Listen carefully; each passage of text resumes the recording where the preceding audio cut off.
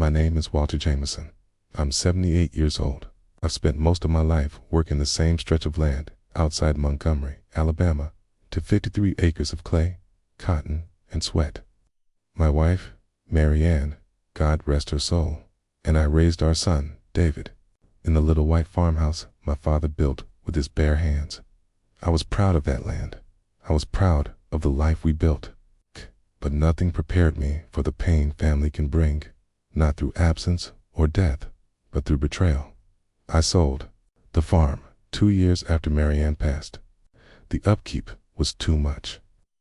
Arthritis had taken my hands, and time had taken everything else. I moved into a smaller place in town and gave David and his wife enough to pay off their mortgage. It felt good, like I was still useful, like I mattered before. We continue. Please subscribe to the channel and let us know where you're listening from in the comments. It really helps us out. David is my only child. It's my blood.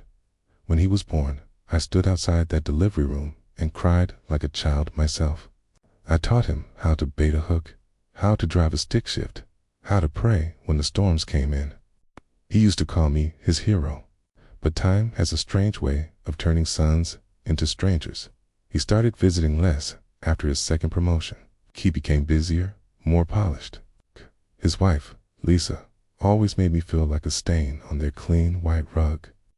Our conversations became shorter, stiffer, polite, but cold. A few months back, David invited me to dinner. He said he wanted to talk about the future. We met at one of those upscale restaurants downtown, all dim lights and wine glasses that cost more than a week's groceries. Dressed in my best navy jacket Mary Ann had once picked out for church Sundays, we sat across from each other. I was nervous and didn't know why. Maybe because it felt like an interview, not a dinner. We ordered. I chose the cheapest thing on the menu.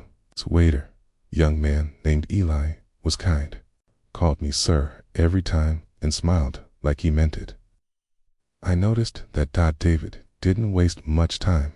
He cleared his throat halfway through his steak and said, "Dad, we think it's time you consider assisted living. You'd get more care, more structure, safer." Blinked.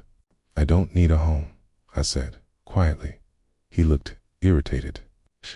"You fell in the shower last month, remember?" I slipped. "I'm fine." He put down his fork, then said it. I'll never forget his words. "You're becoming a burden. Dad, this isn't sustainable." I don't remember much after that. Not what dessert was, not how I got home. Just that word echoing in my head like a church bell in an empty town. Burden. The man I carried on my shoulders for 5 years now saw me as a weight. I sat on the edge of my bed that night and stared at the old wooden chest at the foot. Inside were the deeds, the bank statements, and a copy of my will. My estate, $5 million between land sales, retirement, and my wife's life insurance. All of it written to go to David. But something inside me, something deep, old, and sacred, shifted that night. I thought about my life, my sacrifices, my wife. The way David smiled as a boy when I built him his first treehouse. The way he now looked at me like a broken tool. And I thought about Eli, the young waiter.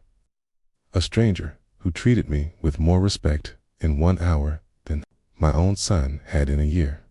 I didn't sleep that night. Instead, I wrote a new will, and I changed everything the next morning. I went to the lawyer who helped me set up the original will. His office was a quiet little place near the courthouse. Smelled like leather books and dust. I handed him the new documents I had written out by hand, and he looked at me over his glasses. "You sure about this, Mr. Jameson?"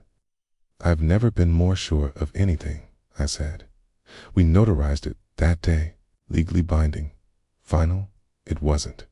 Just about the money. It was about what the money represented.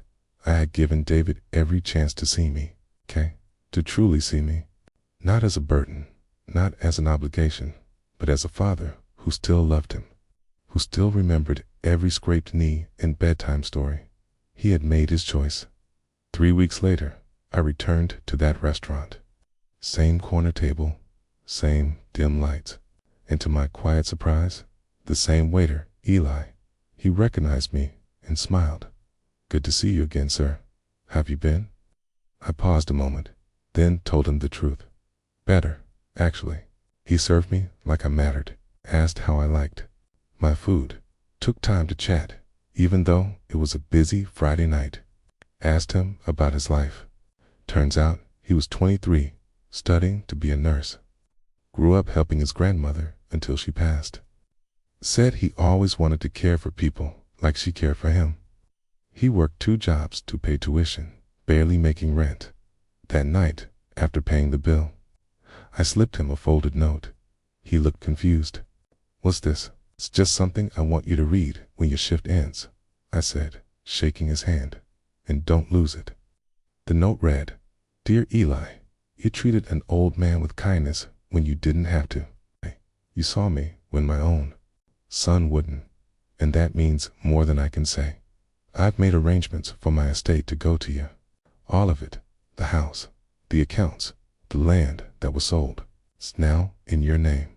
Live your life, finish your studies, care for people, and never forget that small kindness can change a life. With gratitude, Walter James." And I didn't hear from Eli for weeks.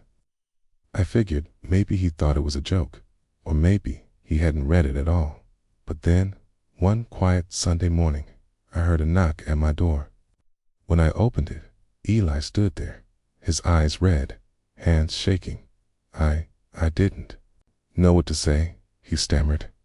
"I thought it was a prank, but your lawyer called. It's real, it's real." I nodded.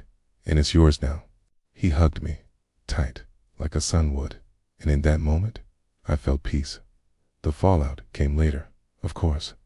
David found out when the lawyer sent the letter. He showed up at my house, angry, yelling, demanding answers. "You gave everything to some waiter. You cut me out like I was nothing." I looked at him, really looked at him, and then I said the words I had held in my heart for months. "You called me a burden, David. You made me feel small in a world I built with my own 2 hands. You forgot who I was." But he didn't. He left that day without another word. Haven't seen him since. Some say I should have given him a second chance. Maybe, but respect isn't a gift, it's a choice. And he made his Eli visits often now. Brings me groceries, fixes the porch, sometimes just sits and listens. He doesn't treat me like a burden. He treats me like family. Justice isn't always loud. Sometimes it's quiet. It looks like peace. It feels like finally being seen.